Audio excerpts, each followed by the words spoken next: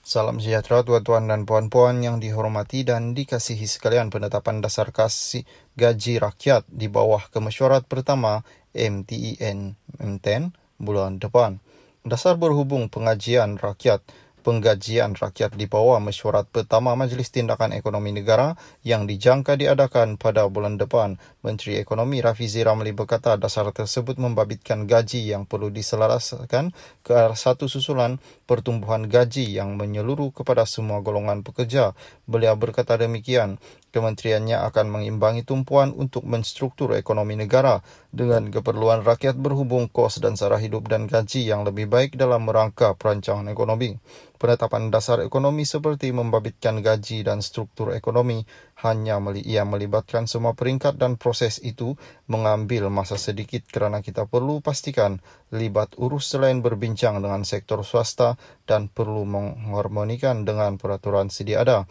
Paras gaji rakyat di negara ini masih belum sampai ke peringkat sepatutnya yang mana rakyat lebih boleh menikmati gaya hidup lebih baik, katanya pada sidang media mengenai prestasi ekonomi Malaysia dan pertumbuhan keluarga dalam negara kasar 2022 di Putrajaya. Rafizi berkata oleh itu kementeriannya akan memastikan program ekonomi yang dilaksanakan bukan saja membantu rakyat dengan menambah pendapatan tetapi memperbaiki struktur ekonomi. Salam sejahtera tuan-tuan dan puan-puan yang dihormati dan dikasihi sekalian. Bersemuka dengan saya mogok tak selesaikan masalah. Menteri Kesihatan Zalina Mustafa mengajak pekerja kesihatan yang berhasrat mengadakan mogok bersemuka dengannya bagi menyelesaikan masalah mereka. Kata anggota Parlimen Sekijang, mogok itu saja tidak menyelesaikan masalah. Jadi yang terbaiknya ialah kita bersemuka. Anda semua boleh datang berjumpa kepada saya. Saya sebenarnya sangat faham tentang masalah itu. Latar belakang saya sendiri sebagai seorang doktor ini menyebabkan saya memang faham perkara itu, katanya. Kata wakil rakyat PKR itu di TikTok. Semalam Persatuan Perubatan Malaysia menggesa kerajaan mengambil serius spekulasi pekerja kesihatan akan melakukan mogok kerana kecewa dengan tekanan yang dihadapi oleh sistem penjagaan kesihatan Malaysia. Walaupun MMA tidak membenarkan sebarang mogok, prosidingnya Muruga Raja Turai berkata mereka memahami kekecewaan dan keletihan pekerja kesihatan susulan isu yang tidak diselesaikan bertahun-tahun. Antara isu itu adalah jawatan tetap tidak cukup untuk menyerap doktor kontrak, kemudahan kesihatan awam terlalu sesak, kekurangan tenaga kerja serta petugas penjagaan kesihatan dibebani terlalu banyak kerja dan bergaji rendah.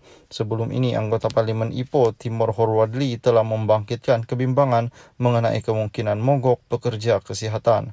Menurut pemimpin DAP itu, dia mengetahui kemungkinan mogok daripada beberapa doktor kontraktor dan doktor kerajaan sepenuh masa di seluruh negara.